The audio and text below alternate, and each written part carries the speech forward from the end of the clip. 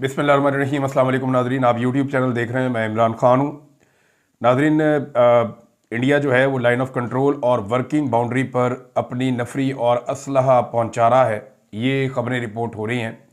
कुछ ख़बरें जो है वो पाकिस्तान का मीडिया रिपोर्ट कर रहा है, कुछ इंटरनेशनल मीडिया रिपोर्ट कर रहा है और कुछ सोशल मीडिया के ज़रिए से आ रही हैं कि भारत एक जंग चाहता है पाकिस्तान के साथ। और वो जितने ममालिक से रब्ता कर रहे हैं वहाँ पे वो यही कह रहे हैं कि पाकिस्तान ने हमारे साथ ज़्यादती की है और बार बार की है। वो पाकिस्तान के ऊपर दहशतगर्दी फैलाने का इल्ज़ाम लगाते हैं और उनका ये कहना है कि वो अब पाकिस्तान के ख़िलाफ़ एक हतमी फ़ौजी कार्रवाई करना चाहते हैं। इंडिया के ऊपर इंडिया के अंदर से भी बहुत दबाव है। देखें, बीजेपी की हुकूमत है और वहाँ पे बीजेपी की हुकूमत में नफ़रत को बढ़ावा देना आसान रहता है। वहाँ पे एक आरएसएस की आइडियोलॉजी भी है जिससे कोई इनकार नहीं कर सकता। तो एक जनूनियत तो है वहाँ पे, एक जंगी जुनून तो है, लेकिन कोई ऐसी कामयाबी उन्हें मिली नहीं जब से बीजेपी ने इस तरह की अपनी पॉलिसीज़ को अमली जामा पहनाया है। या तो कोई बहुत बड़ी कामयाबी इन्हें मिल जाती या कोई बहुत बड़ी फतूहात ये कर लेते। चाइना से इनको बहुत मार पड़ी है और पाकिस्तान से भी जो एक बड़ा मार्का इन्होंने किया उसमें इन्हें हजीमत उठानी पड़ी है और शर्मिंदगी हुई है।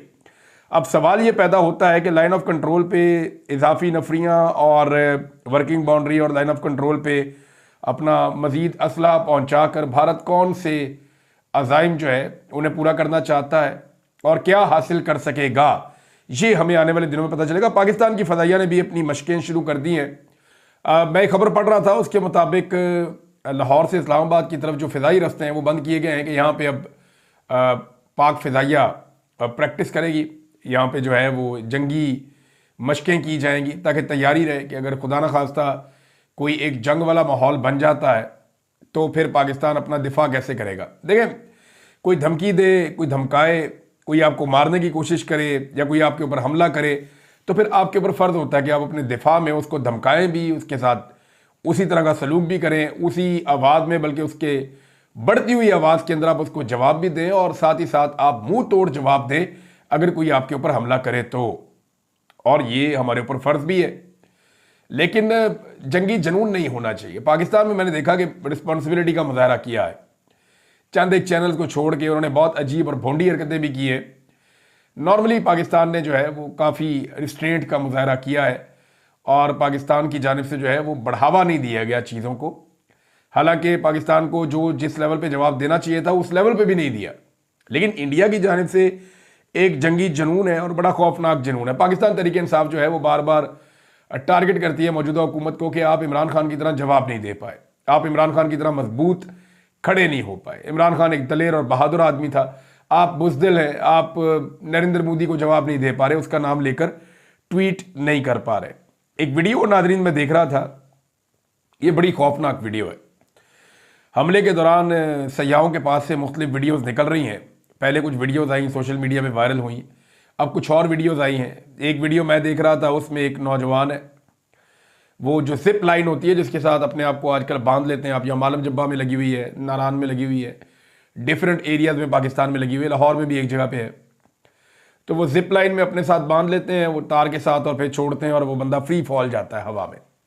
तो एक नौजवान है, उसने हेलमेट पहना हुआ है, अपने साथियों के साथ खड़ा हुआ है और फायरिंग शुरू हो गई है। तो उसके साथ आसपास जो लोग खड़े हैं वो उनकी घबराहट सुनाई भी दे रही है, लेकिन फिर वो इंजॉय करता हुआ अपनी जिप लाइन पे चला गया, क्योंकि तो खुद समझ नहीं आ रही थी कि फायरिंग हो रही है, क्या हो रहा है, कौन कर रहा है, उसे पता नहीं चला।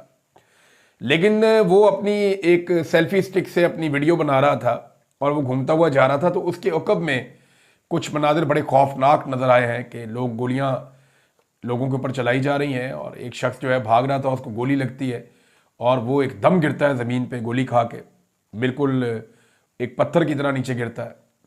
इस तरह लोगों को गोलियां लगी हैं। तो बड़े खौफनाक मनाजिर से जो पहलगाम में हुआ है, बड़ा अफसोसनाक वाक़या है। दहशतगर्दी कहीं पे भी हो पूरी दुनिया में उसकी मजम्मत की जानी चाहिए। किसी भी मज़हब, किसी भी नस्ल के इंसान को मारा जाए, किसी भी ज़बान बोलने वाले को मारा जाए, इसकी मजम्मत होनी चाहिए। दहशतगर्दी की कोई गुंजाइश नहीं है। और दहशतगर्दी सिर्फ वो नहीं है जो कुछ लोगों को टैग कर दिया जाता है कि ये दहशतगर्दी है। जो इसराइल कर रहा है फ़लस्तीन के साथ, वो फ़लस्तीनी भी दहशतज़दा हैं, वो भी एक तरह की दहशतगर्दी है। जो कुछ हसीना वाजिद ने अपने लोगों के साथ किया था वो भी दहशतगर्दी थी। इसी तरह म्यांमार के अंदर जो कुछ हुआ, और जो लोग मगरब से ताल्लुक़ रखते हैं, मगरबी ममालिक से, वो कहते हैं रशिया ने दहशतगर्दी की है यूक्रेन के अंदर, तो हम ये नहीं कह सकते। और जो अफ़गानिस्तान के अंदर हुआ, जिस किस्म की लड़ाई हुई, जिस किस्म का इराक के ऊपर अटैक हुआ, तो वो क्या था? ये ज़रूरी नहीं है कि दहशतगर्द सिर्फ जनाब अब टैग कर दें कि जी मुसलमान ही दहशतगर्द है, ऐसा नहीं है। ये दहशतगर्दी का कोई मतलब नहीं होता, और ये ज़रूरी नहीं है कि ये कोई ग्रुप्स हों, ये फ़ौजें भी दहशतगर्दी करती हैं, और ये हम विटनेस करते हैं ये सारी चीज़ें। तो नाज़रीन, ख्वाजा आसिफ साहब एक के बाद एक ऐसा बयान दे रहे हैं जो पाकिस्तान को लगातार नुकसान पहुंचाता चला जा रहा है। रॉयटर्स को ख्वाजा आसिफ साहब ने एक इंटरव्यू किया। शहजाद अकबर साहब का दावा है कि रॉयटर्स की मिन्नतें ख्वाजा आसिफ साहब ने बाद में की, जनाब मेरा इंटरव्यू आपने नहीं चलाना, लेकिन ख्वाजा आसिफ साहब का वो इंटरव्यू चल गया। अब उस इंटरव्यू में हुआ ये है कि शहजाद अकबर साहब की पहले बात सुन लें, क्योंकि इंटरव्यू तो चल गया, और मैं आपको बता देता हूँ क्या हुआ। वो ये बताते हैं कि वज़ीर दिफा ने हस्बे आदत एक गैर मुल्की खबर रसां इदारे को दिल खोल कर इंटरव्यू अनायत कर दिया, जिसमें वज़ीर आपके दिफा जो हैं ख्वाजा आसिफ, उन्होंने कहा जी लो जी, इंडिया ने 2-3 दिन में अटैक कर देना है, और हमने तो जनाब वो अपना बम भी जो है वो तैयार कर दिया है, एटम बम। तो इस किस्म का इन्होंने इंटरव्यू दिया, और इससे पहले भी इसी तरह का एक इंतहाई खौफनाक इंटरव्यू गैर जिम्मेदाराना ख्वाजा आसिफ दे चुके हैं, जिसमें वो एतराफ़ जुर्म कर चुके हैं कि हम गंदा काम करते हैं, दहशतगर्द पालते भी हैं, उन्हें ट्रेन भी करते हैं, उन्हें सपोर्ट भी करते हैं, लेकिन हम ये अमेरिका वगैरह के कहने के ऊपर करते हैं। और ये बयान नशर होते ही BBC उर्दू ने इसकी खबर चलाई, और उसमें जो अहम हल्कों में जो है वो खलबली मच गई कि जनाब ये क्या हो गया, इस्टेब्लिशमेंट आपकी हिल गई पाकिस्तान की, कि हमारा वज़ीर दिफा हमारी मंजी ठोकता जा रहा है हर जगह पे। जिस जंग को हम रोकने की कोशिश कर रहे हैं वो कह रहा है जंग होने लगी, हमने एटम बम भी तैयार कर लिया है। ये दुनिया को क्या पैगाम देना चाहता है? कुछ ही देर बाद जो है वज़ीर दिफा को उनके मोहतरम और पूरे मुल्क के बॉस जनाब जनरल साहब के हुजूर तलब किया गया, जहां वज़ीर आज़म भी तशरीफ़ लाए। इतलात के मुताबिक पिंडी स्टाइल में इनकी खूब खातिर तवाज़ो की गई, और दो टोक हुक्म जारी हुआ कि फ़ौरन जाओ और अपना बखेड़ा खुद समेटो। यानी ख्वाजा साहब की चंगी टका की बिस्ती हुई है बकौल मिर्ज़ा शहजाद अकबर साहब के। अब तक की इतलात बताती हैं कि जो ख्वाजा साहब हैं वो गैर मुल्की इदारे के आगे हाथ जोड़कर मिन्नत समाजत करते रहे हैं कि किसी तरह ये इंटरव्यू मनसूख कर दें, ख़त्म कर दें, हटा दें इसको, मगर इदारा अपनी नशर की गई खबर पर डटा हुआ है। और ख्वाजा साहब जो है वो अक्सर बड़ा बोल जाते हैं, लेकिन इस सारे वाक़े ने वज़ीर दिफा की असली औकात भी बेनकाब कर दी है। तो वज़ीर दिफा की क्या औकात है पाकिस्तान में? यहाँ वज़ीर आज़म की औकात नहीं है, तो वज़ीर दिफा की क्या औकात होगी? तो ख्वाजा आसिफ साहब ने जनाब जो खबर है वो मैं आपके सामने रख देता हूँ। ख्वाजा साहब ने जो गंद मारा, उन्होंने कहा कि भारत की जानिब से पाकिस्तान पर हमले का खतरा मौजूद है, पाकिस्तान में हाई अलर्ट जारी है, अगर हमारे वजूद को बराह रास्त खतरा हुआ तो हम जोहरी हथियार इस्तेमाल कर सकते हैं, यानी एटम बम मार देंगे। ऐसा तो कोई नहीं कहता, एटम बम मारने की चीज़ है या डराने की चीज़ है। आप ओपनली सारी दुनिया को इस वक्त जब आपके ऊपर कर्जा चढ़ा हुआ है, इस वक्त जब लोग आपको शक की नज़र से देखते हैं, इस वक्त जब दहशतगर्दी में पूरी दुनिया में आपका दूसरा नंबर है कि दहशतगर्दी से आप मुतासर हो रहे हैं, तो आपका वज़ीर दिफा कह रहा है कि हम एटम बम मार देंगे किसी और मुल्क को, और वो भी उस मुल्क को मारने की बात कर रहे हैं जिसके साथ सारी दुनिया की दोस्ती है। तो रॉयटर्स को इंटरव्यू दिया, एक न्यूज़ वेबसाइट को इंटरव्यू देते हुए दो जगह पे उन्होंने इंटरव्यू दिया। उन्होंने कहा कि पाक अफवाज ने हुकूमत को आगाह किया है कि भारत पाकिस्तान पर हमला कर सकता है, जिसके पेश नज़र हुकूमत ने फौजी कुव्वत में इजाफा कर दिया है। हमारे वजूद को ख़तरा हुआ तो हम जोहरी हथियार, एटमी हथियार इस्तेमाल कर सकते हैं। इस ज़मन में अगले 4 दिन अहम हैं। पाकिस्तान और भारत दोनों जानिब से भारी तादाद में फ़ौजें एक दूसरे की आंखों में आंखें डाले खड़ी हैं। हम पर जंग मुसल्लत की गई तो पूरी तरह तैयार हैं। अच्छा, ये जनाब ख्वाजा आसिफ ने कहा। अब ख्वाजा आसिफ साहब जनाब, वैसे मैं एक बताऊँ, पंजाबी में एक कहावत है, एदे मुँह ते ना छिक्कू चाड़ दो। यानी छिक्कू कहते हैं, वो आपने देखा होगा कि घोड़ा या कोई और जानवर उसके मुंह के ऊपर चढ़ा देते हैं, जिसके बाद वो बोल नहीं सकता या खा नहीं सकता। तो पंजाबी में जो बंदा कोई इस तरह की गलत बातें कर रहा होता है और अच्छी भली बनी हुई बात को ख़राब कर देता है, या पंचायत के अंदर जब चीज़ें ठीक होने लगती हैं तो कोई ना कोई बंगी मार देता है, तो ऐसे बंदे के बारे में जो बुजुर्ग हैं वो कहते हैं एदे मुँह ते छिक्कू चाड़ दो, कि चीकू चढ़ाओ इसके मुंह के ऊपर ताकि इसका मुंह बंद हो, इसका मुंह बंद होगा तो मामला ठीक होगा, तो ख्वाजा साहब के मुंह से उन चिक्कू चाड़ दो। वैसे उनकी कमाल किस्म की क्लास हुई है बकौल शहजाद अकबर साहब के, और उम्मीद है कि ख्वाजा साहब अब बोंगियां मारना बंद कर देंगे, इनके इंटरव्यूज बंद कराएं। पूरा पाकिस्तान बार बार कह रहा है ख्वाजा साहब को सुकून ही नहीं मिल रहा, बार बार पूरा पाकिस्तान कह रहा है कि ख्वाजा आसिफ साहब कोई ना कोई चंद चढ़ाएंगे, इन्हें मना करें। अब वो कहते हैं जनाब मेरे बयान का गलत मतलब लिया जा रहा है, मैंने कहा था अगले 2-3 दिन अहम है, मैंने 3 दिन में जंग छिड़ जाने की कोई बात नहीं की। वहां कुछ और कह कर आ रहे हैं, यहां कुछ और कह के आ रहे हैं, और अपने मुंह से बात की है, वहां पे भी अपने मुंह से बात की, यहां भी अपने मुंह से बात कर रहे हैं। एक मुंह से अलग अलग बातें करते, जबान ही इनकी एक नहीं है। वो याद है ना, एहसन इकबाल ने डोनाल्ड ट्रंप के खिलाफ ट्वीटें कर दी, और जैसे ही डोनाल्ड ट्रंप की बर्तरी बनना शुरू हुई वो ट्वीटें डिलीट करना शुरू कर दी कि ना आपने तो कहा ही नहीं कुछ।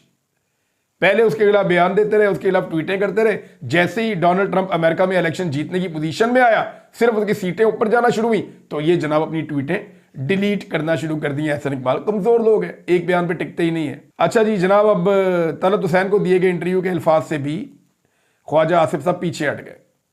यानी जो इंटरव्यू 4-5 इंटरव्यू दिए इस बंदे ने, पाकिस्तान के वजीर दिफा ने, इंडियन वजीर दिफा ने ब्रीफिंग्स ली, उसने अपने घर में बुलाया मिलिट्री ऑफिसर्स को, सीनियर को, 4 स्टार जनरल्स को घर बुलाकर ब्रीफिंग्स लिए, तैयारी कर रहा है, तरीके से चल रहा है। उनका वजीर खारजा, उनका वजीर आजम, हमारे क्या हो रहा है, इसहाक डार ने राब्ते किए हैं दुनिया के मुख्तलिफ मुल्कों के जो उनके हम मनसब हैं उनसे राब्ते किए हैं और उनसे बातचीत की है, वो एक संजीदा एफर्ट कर रहे हैं। लेकिन ख्वाजा आसिफ ने तो बोंगियों की हैट्रिक कर दी, बल्कि उससे डबल हैट्रिक कर दी। पहले एक इंटरव्यू दिया, उसमें एक अजीब काम कर दिया, सारी जिम्मेदारी कबूल कर दी। अब एक इंटरव्यू दिया, उसके अंदर कुछ और कह दिया रॉयटर्स को, एक और वेबसाइट को कुछ और कह दिया, तलत हुसैन को कुछ और कह दिया, और अब मुकर गए एंड में जनाब मैंने ये भी नहीं कहा। अपने सारे बयान से ख्वाजा साहब मुकर गए हैं। तो मेरे ख्याल में पाकिस्तान की एस्टेब्लिशमेंट को चाहिए कि ये आदमी, अब एस्टेब्लिशमेंट को समझ आनी नहीं चाहिए कि ये आदमी है जिसको रेहाना डार के मुकाबले में जाली फार्म 47 पर लाकर बैठाया आपने, और फिर उसको वजीर दिफा भी बनाया। और इस तरह के बंदे ही पसंद होते हैं पाकिस्तान की एस्टेब्लिशमेंट को, जिनके सर में दिमाग नहीं होता और उनकी अकल नहीं होती। अरे जो मुंह में आ कह दिया, ये जुगते मारने का टाइम नहीं है भाई। पाकिस्तान के दिफा का मामला है और इंडिया के साथ एक संजीदा नौयत का मामला आपका चल रहा है, तो आपको सीरियस रहना चाहिए। नादरीन, एक और फैसल वाडा साहब ने बयान दिया है, ये बयान बहुत इंपॉर्टेंट है, मैं ये बयान आपको सुनाना चाहूँगा। लेकिन फैसल वाडा साहब ने पहले एक बात की शहबाज शरीफ के बारे में। उन्होंने कहा कि मैं ये नहीं कह रहा कि किसी को माफ़ कर दें, लेकिन ये हमारे घर का मामला है।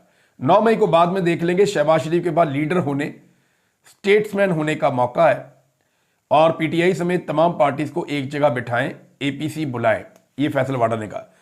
देखें, ये जो मौका है ना स्टेटमेंट बनने का या लीडर बनने का, ये शहबाज शरीफ ने, नवाज शरीफ ने, इन सारों ने ज़ाया कर दिया।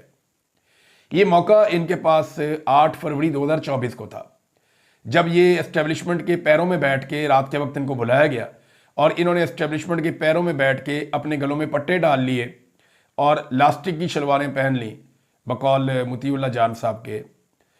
और उस रात इन्होंने फैसला किया कि ये अब लास्टिक की शलवारों के साथ और गले में डले हुए पट्टों के साथ गुजारा करेंगे और पालतू बन के रहेंगे एस्टेब्लिशमेंट के। तो अब इनके पास लीडर बनने का मौका नहीं है। बतौर अर्दली तो ये ज़िंदगी गुजार सकते हैं, बतौर लीडर अब ये लोग ज़िंदगी गुजार नहीं सकते। दूसरा, एक और बड़ा अजीबोगरीब काम किया फैसल वाडा साहब ने, ये तो मैं सुन के हैरान रह गया। फैसल वाडा साहब तो उस मुकाबले में आ गए हैं जो नवाज शरीफ साहब लगातार जीत रहे हैं बड़ी कई दहाइयों से। मरीम नवाज भी जीत रही हैं बड़े लंबे अरसे से, गवर्नर सिंध भी इस मुकाबले के अंदर शामिल थे, और जरदारी और बिलावल ने भी इसके अंदर बड़ी मेहनत की है। लेकिन फैसल वाडा, मुझे ऐसा लगता है कि सबसे आगे जाना चाहते हैं।